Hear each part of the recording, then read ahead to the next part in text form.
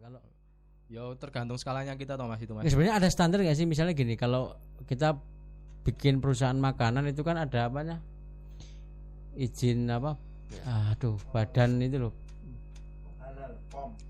badan BPOM, terus legalitas halal, terus apa namanya SNI kalau itu loh.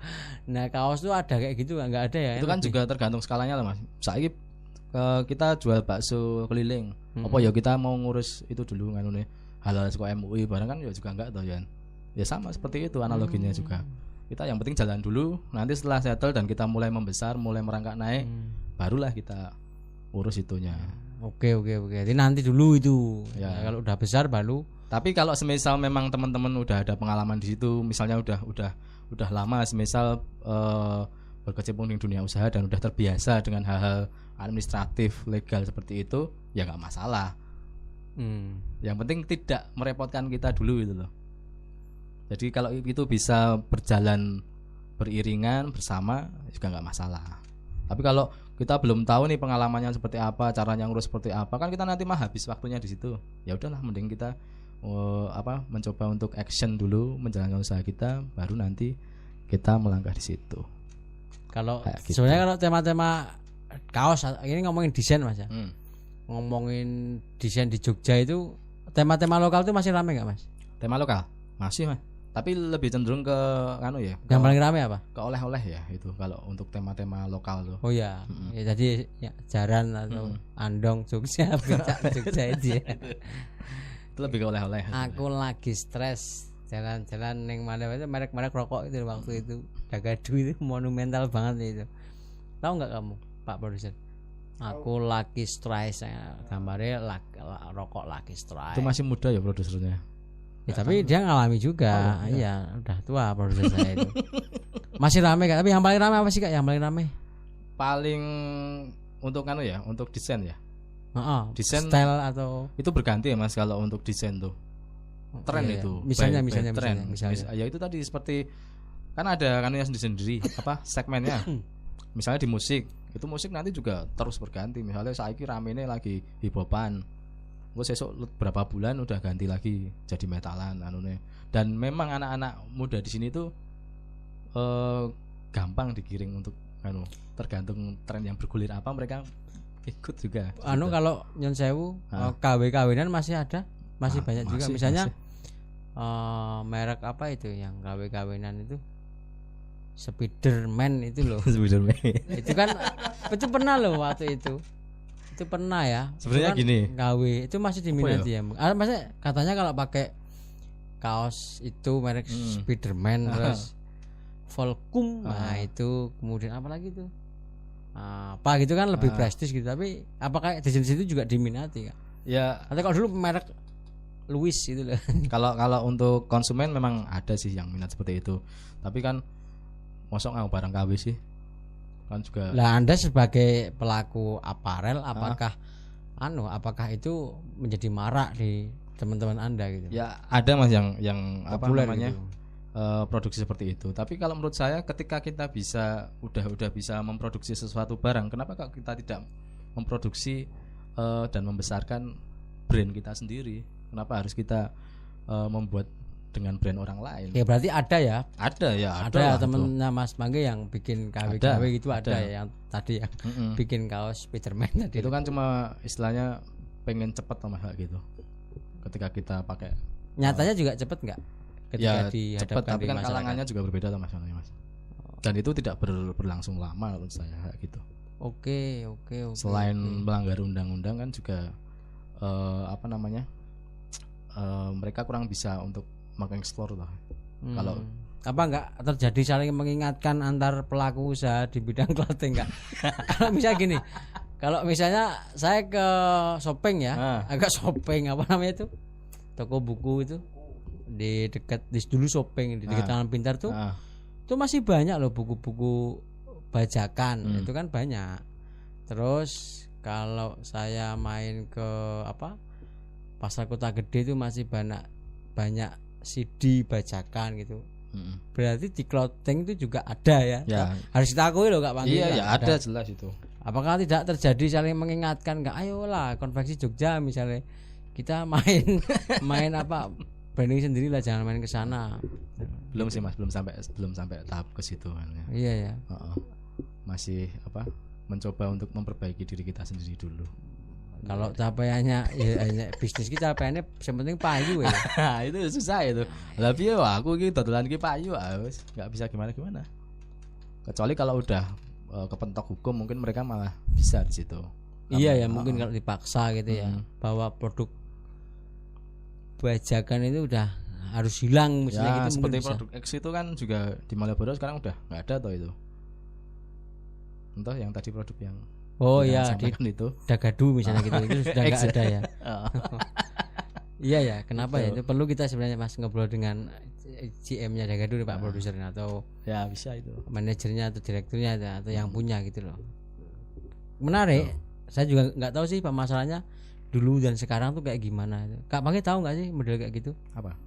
Maksudnya gini, Kak Panggi ini tiba-tiba jadi pengusaha sukses ya, clothing, punya clothing mereknya Tugu-Tugunan, clothing, TG-TG gitu, atau bocah Jogja nakal gitu ya, clothing. Terus kemudian tiba-tiba Kak Panggi itu booming, wah booming, terus kemudian Kak Panggi di copy paste oleh para pengusaha-pengusaha lain, clothing lain yang dijual massa gitu. Itu sebenarnya ada piye to Kak akurat dong. Apakah saya sebagai seorang pengusaha yang punya Tugu-Tugu Jogja itu marah atau gimana? Marah. Kalau marah sih bukan maksud itu jangan-jangan itu ada perencanaan di belakang itu atau gimana? Maksudnya apakah saya itu bisa misalnya main kontrak dengan clothing yang lain, oke kamu boleh menduplikat desain saya gitu. Ya kalau itu sah toh Mas, kalau kayak gitu berarti. Ada nggak di Jogja kayak gitu? Saya kurang tahu kalau itu ada apa enggak ya. Tapi kan itu sah kalau kayak gitu. Ketika kita udah mendapatkan izin dari yang punya, berarti kan itu hitungannya tidak melanggar hukum. Kalau gitu. kalau telaah dari Kak Panggi soal X tadi itu kira-kira ada nggak kerjasama dengan pengecer yang jual bajaan gitu? Oh saya nggak berani Mas untuk menjawab itu. Besok mungkin ke GM-nya langsung aja kalau itu. Ataukah itu ada kerjasama di situ? Mungkin misalnya saya itu Kak Panggi punya produk asli keren ya itu Jogja tadi itu, Tugu-Tugu Jogja. Terus saya bilang sama Kak Panggi, Kak Panggi, aku tak ikut akan konveksi ini, aku tak ikut memproduksi dengan brandingmu ya, aku nitip saham atau sistemnya gimana sih? Ada nggak kayak gitu? Ada, itu ada yang kayak gini Mas. Jadi mereka beli kaos polosnya yang udah berbranding, terus habis itu mereka sablon dengan desain yang udah ditentukan oleh yang punya merek. Jadi mereka kan ada selisih di situ. Misalnya kalau harga jualnya 30.000 semisal. Nah itu loh. Nah, harga jualnya 30.000. Terus kalau beli kaos polos itu 15.000, ya kan? Iya oke. Nah terus nyablonnya 5.000 kan kita masih ada untuk jualan 10.000 sisanya. Jadi modalnya beli kaos polos, udah ada brandingnya, tinggal kita sablon aja. Nah tapi itu Mas, itu kan artinya branding itu kualitasnya juga tidak se SOP miliknya Kak Panggi. Toh kenyataannya di Malioboro itu harganya beda-beda ya. Nah, tapi kan itu tadi kembali lagi ke segmen toh. Berarti kan mereka mengejarnya ke kuantiti penjualan toh. Nah, tapi sebagai pemilik branding itu ya kalau kita udah merasa, bagi saya curiga ini, udah merasa terbayar juga di belakang masalah. Itu. Siapa tahu pinjam nama tuh punya kontrak misalnya. Punya kontrak. Ya misalnya saya pakai merekmu ya Mas Panggi, Jogja, Tugu-Tugu Jogja. Nah, mau pakai berapa tahun? Setahun, oke. Kualitas sakarepku ya, sebenarnya aku nganggo brandingmu ya gitu.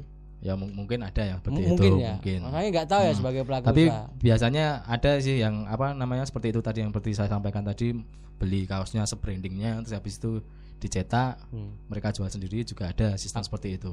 Itu ada. Aku tuh detektif soalnya. Jadi aku pengen gitu loh. Detektif loh. Misalnya Mas Panggi itu ada kaos A gitu ya.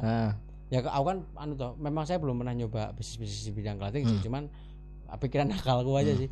Boleh nggak sih aku pajak neng namu tapi pakai brandingmu gitu, soal kualitas aku ya. Yang penting kan kowe wis terkenal ngono loh. Ya kalau saya ikhlas ya wis sah loh. Nah, aku beli berarti ya. Jadi perjanjian itu di belakang meja ya, Bung. Iya. Gitu ya. Tidak ada baku sih seperti itu. Kan tinggal antara rembuk-rembuk tadi tuh. nggak ada bakunya harus seperti apa kan nggak ada. Tergantung kita apa negosiasinya seperti apa, bentuk kerjasamanya seperti apa, sah kalau udah saling sepakat udah. Terus nggak, kita ganti tema ya. Misalnya kaos itu apakah harus itu yang ramai itu sementara masih kan saya tahu nih ada namanya apa namanya Kak yang di printing ya.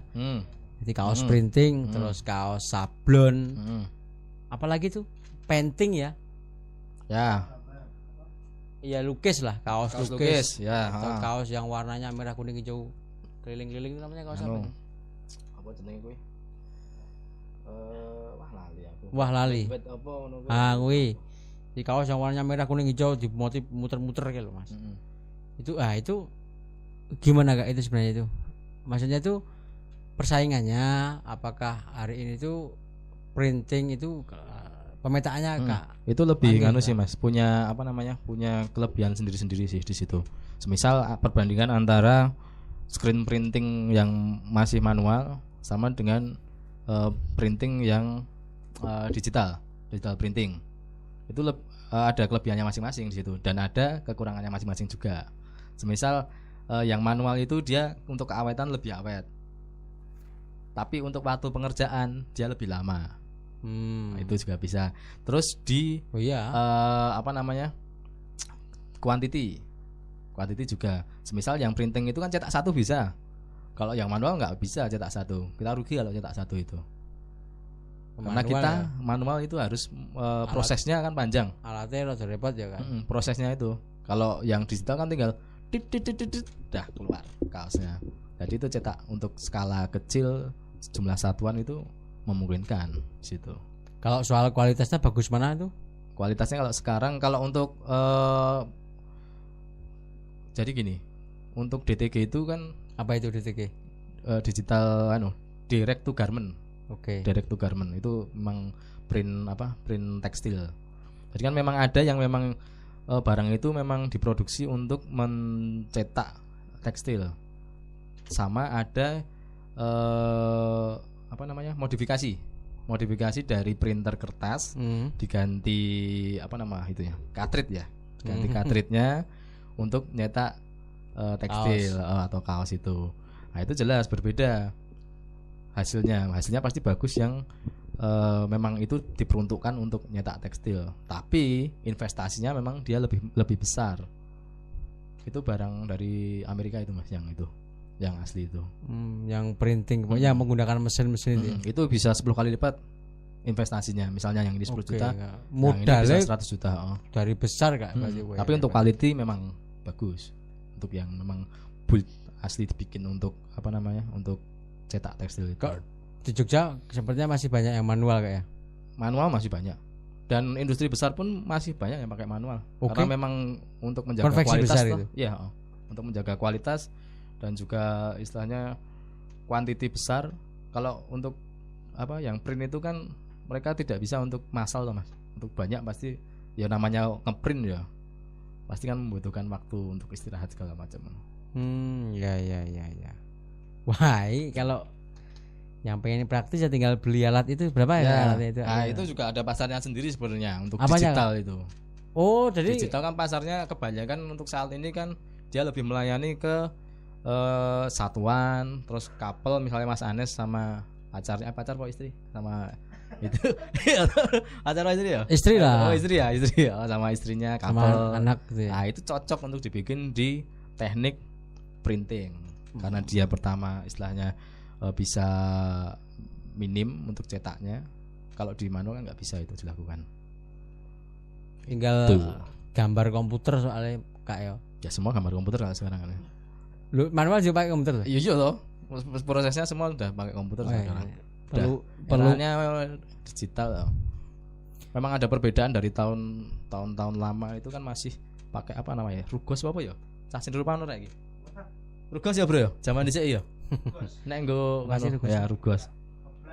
Ngeblat di Rugos itu. Kalau sekarang udah diteris pakai Corel atau ada Illustrator.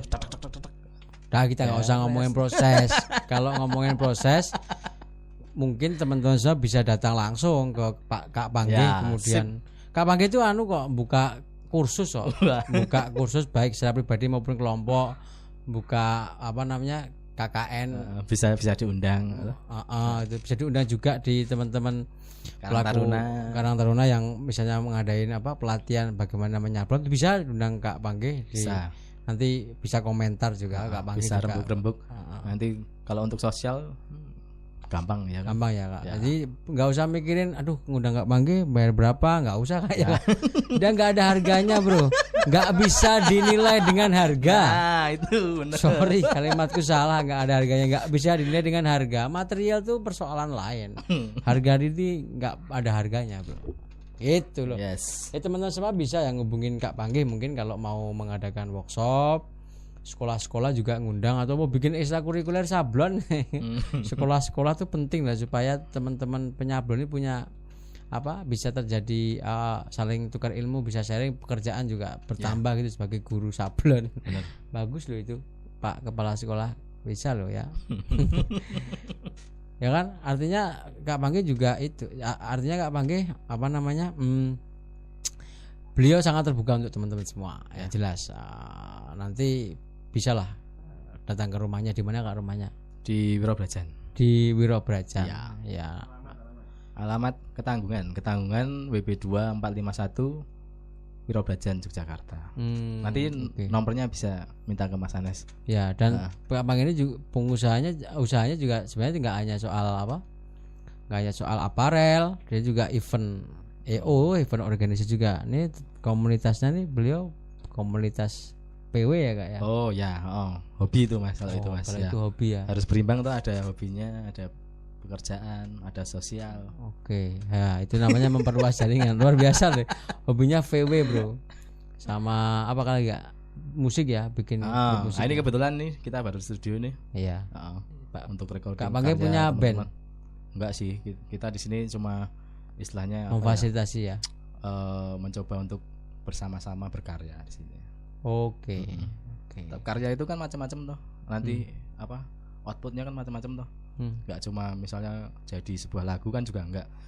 Mungkin sebuah sistem itu juga merupakan sebuah karya mungkin ya, Mas Hanes ya. Iya. Ya. Bagaimana berhubungan dengan orang itu kan relasi itu sekarang paling penting kan. Iya.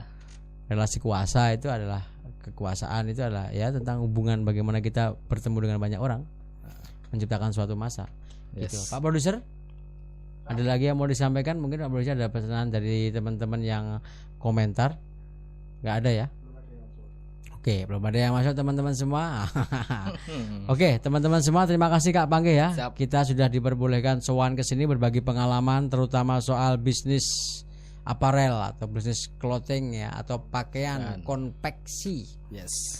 Seperti Kak Pangge, bahwa konveksi itu kesimpulannya adalah satu, ternyata masih dibutuhkan, masih sangat berpotensi. Insya Allah sampai kapanpun. Peluang sampai kapanpun, karena seperti Kak Pangge tadi, salah satu kebutuhan pokok dalam kehidupan manusia. Terus kalau mau usaha ya, yang penting berani ya Kak ya.